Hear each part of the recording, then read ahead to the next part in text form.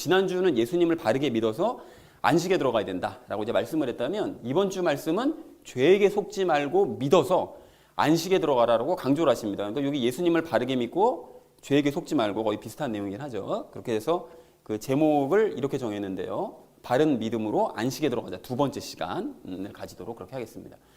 자, 그래서 먼저 첫 번째 말씀 13절 말씀을 우리 함께 읽도록 하겠습니다. 오직 오늘이라 불리는 때에 서로 날마다 권면하여 너희 중에 아무도 죄의 속임수를 통해 강팍하게 하지 아니하도록 하라 라고 말씀합니다. 오직 오늘이라 불리는 때라는 것은 그냥 오늘 당장이라는 그런 의미입니다. 오늘 당장 서로 날마다 권면해라. 뭘 권면하냐?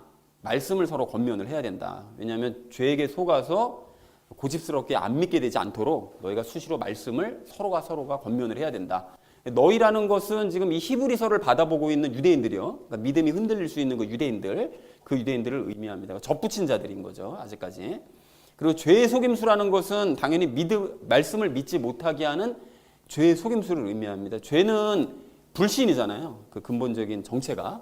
그러니까 말씀을 믿지 못하도록 속이는 그 죄의 속임수 때문에 너희가 강팍하게, 그러니까 고집스럽게 되지 않도록 조심해야 된다라고 얘기하는 거죠. 고집스럽게 유대교로 돌아가 버린 그 유대인들처럼 너희가 되지 말아야 된다라고 말씀을 하고 있습니다. 그래서 13절 전체 의미 이렇게 정리할 수 있겠는데 당장 오늘부터 서로 날마다 말씀으로 권면을 해서 너희 중에 아무도 죄의 속임수 때문에 강팍해지지 않도록, 믿음 버리고 돌아가 버리지 않도록 조심해야 된다라고 얘기했다는 것이 13절의 의미가 되겠습니다.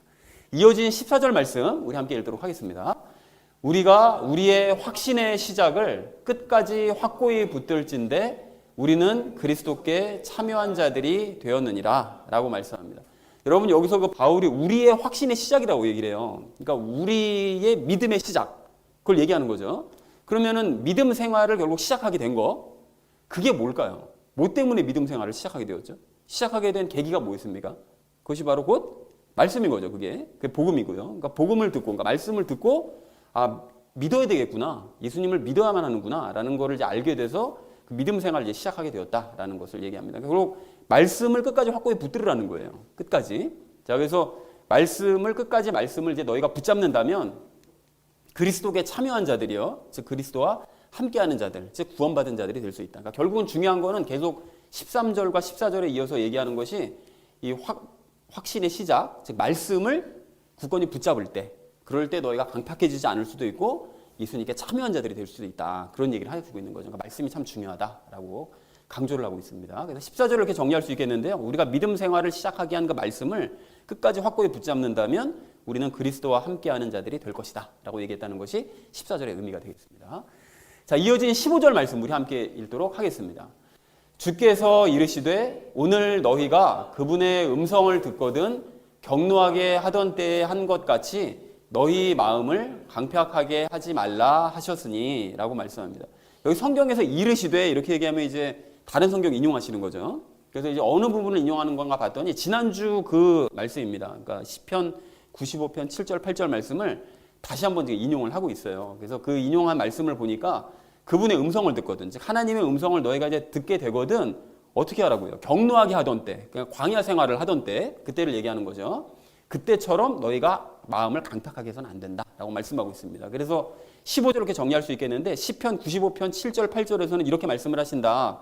너희가 오늘 하나님의 말씀을 듣거든 하나님을 격노하게 했던 그 조상들 때처럼 너희 마음을 강팍하게 해서는 안 된다라고 말씀하시니 너희도 그렇게 하지 말아라 라고 지금 얘기를 하고 있는 것이죠. 자, 이어진 16절 말씀 우리 함께 읽도록 하겠습니다.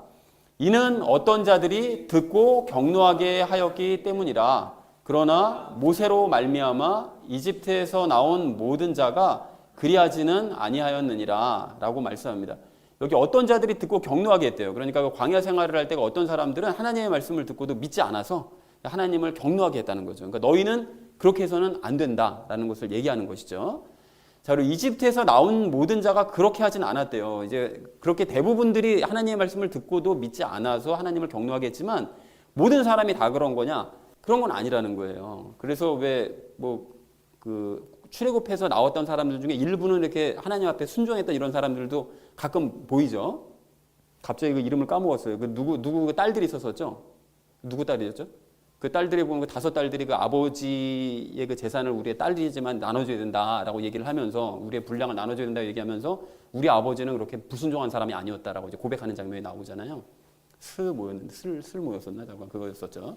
어쨌든 그 모든 사람들이 다 하나님을 경노하게 했던 것은 아니었다. 출애굽한 사람들 모두가 안 믿은 것은 아니었다는 거죠. 그러니 너희도 그들처럼 믿어야 된다라고 말씀하고 있습니다. 그래서 16절을 이렇게 정리할 수 있겠는데요. 말씀을 듣고도 믿지 않은 자들 때문에 하나님께서는 경노하셨다. 그러니까 너희는 그러면 안 된다라고 얘기했다는 것이 16절의 의미가 되겠습니다. 자, 그러나 여기 또 있네요. 이집트에 탈출한 모든 사람들이 다 안 믿은 것은 아니었다라는 것이 16절의 의미가 되겠습니다. 자, 이어진 17절 말씀 우리 함께 읽도록 하겠습니다. 그러면 40년 동안 그분께서 누구로 인해 근심하셨느냐? 죄를 지어 사체가 광야에 쓰러진 자들이 아니냐라고 말씀합니다. 죄를 지었다라는 것은 무슨 뭐 악한 일을 했다는 물론 그런 의미도 있지만 근본적으로 이제 죄라는 것이 이제 불신이다 보니까 이제 믿지 않아서 사체가 광야에 쓰러진 자들을 이야기하시는 것이죠. 그러니까 하나님의 말씀을 안 들어서 안 믿어서 자 그리고 가나안에 들어가지 못하고 광야에서 이제 죽은 자들을 의미하고 있습니다. 자 그래서 17절을 이렇게 정리할 수 있겠는데 하나님께서 40년 동안 누구 때문에 근심했느냐? 하나님의 말씀을 듣고도 믿지 않아서 광야에서 죽은 사람들 때문에 그래서 하나님께서 정말 근심하셨다. 왜 이렇게 얘네는 말을 안 듣나? 이게 들어도 이렇게 믿질 않는가? 이것 때문에 하나님이 근심하셨다는 거죠. 자 이어진 18절 슬로브 하셨다. 그죠? 18절 말씀 우리 함께 읽도록 하겠습니다. 또 그분께서 누구에게 맹세하사 그들이 자신의 안식에 들어오지 못하리라고 하셨느냐? 오직 믿지 아니한 자들이 아니냐라고 말씀하고 있습니다. 여기 자신의 안식이라는 거는 먼저 번에도 말씀드렸지만 가나안을 말씀하시는 거죠. 하나님께서 주시는 그 가나안에. 근데 지금의 우리로 치면은 이제 새 예루살렘이 되겠죠. 네. 그래서 거기로 이제 들어오지 못한다고 말씀하셨다. 왜 누구에게 그런 얘기하셨냐? 믿지 않은 사람들에게 그런 얘기하신 거다라고 이제 말씀하고 있죠. 그래서 18절을 이렇게 정리할 수 있겠는데 하나님께서 어떤 사람들에게 안식에 들어오지 못할 것이라고 맹세하셨느냐? 오직 안 믿은 사람들 아니냐라고 말씀하셨다는 것이 18절의 의미가 되겠습니다. 자, 마지막 19절 말씀 우리 함께 읽도록 하겠습니다.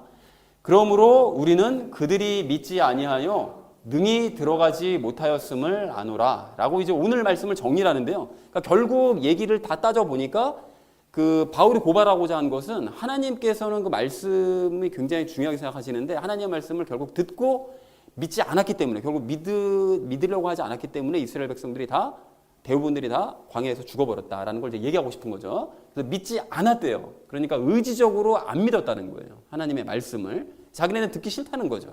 자기는 더 중요한 거는 이집트로 돌아가는 게 더 중요한 일인데 하나님은 자꾸 앞으로 가라 그러니까 싫다는 거예요. 그러니까 광야 생활 지긋지긋하다는 거죠. 그러니까 하나님 말씀 듣고도 우리 안 믿겠다는 거예요. 그러니까 의지적으로 그렇게 믿지 않았기 때문에 결국은 그들은 구원받을 수 없었다라는 것을 이제 얘기하고 있는 것이죠.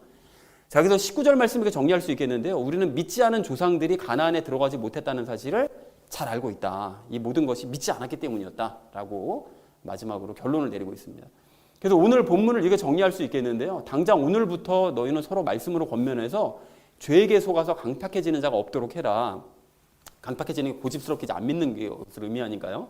말씀으로 권면을 해야 된다. 그래서 우리가 말씀을 끝까지 확고하게 붙든다면 우리는 구원받은 자들이 될 수 있다. 믿음을 가진 자들이 될 수 있다는 거예요.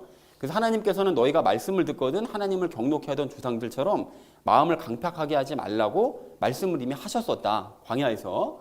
그래서 이렇게 말씀하신 것은 어떤 사람들이 믿지 않아서 하나님을 경노하게 했기 때문에 너희는 그렇게 경노하게 하지 말고 말씀을 믿어야 된다라고 말씀을 하신 것이다. 그러나 출애굽한 모든 사람들이 다 안 믿은 것은 아니었다는 거예요. 그중에 하나님의 말씀을 듣고 내가 믿어야 되겠다라고 한 사람도 있긴 있었다는 거예요. 그러니까 너희는 그들의 뒤를 따르라는 거죠. 그렇게 모든 사람들의 대세를 따르지 말고 안 믿은 사람들의 대세를 따르지 말고 듣고 믿은 사람들을 따라야 된다. 그래서 하나님께서 40년 동안 누구 때문에 근심하신 거냐? 결국은 믿지 않아서 광야에서 죽은 사람들, 믿음 없는 사람들, 그 사람들 때문에 근심하신 거다. 그리고 또한 하나님께서 누구에게 안식에 들어오지 못할 것이라고 맹세를 하셨냐? 그것도 결국 믿지 않은 사람들 때문에 그런 것이다. 그러니까 우리는 그들 모두가 믿지 않았기 때문에 가나안에 들어가지 못했음을 너무나 잘 알고 있으니 너희는 말씀을 들으면 믿어야 된다. 그래서 너희에게 주어진 새 예루살렘으로 들어가도록 하여라 라고 얘기했다는 것이 오늘 본문의 내용이 되겠습니다. 그래서 오늘 본문을 다시 한번 좀 정리해 보자면 이렇게 간단하게 정리할 수 있을 텐데요. 그러니까 오늘도 이스라엘 조상들을 언급하면서 오직 말씀을 듣고 믿어야만 구원받을 수 있고 새 예루살렘에 들어갈 수 있다 라고 이제 강조를 하고 있습니다. 그렇기 때문에 죄에게 속지 말고 말씀을 끝까지 붙잡아야 된다라고 이제 권면을 했다는 것이 오늘 전체 말씀이 의미가 되겠습니다.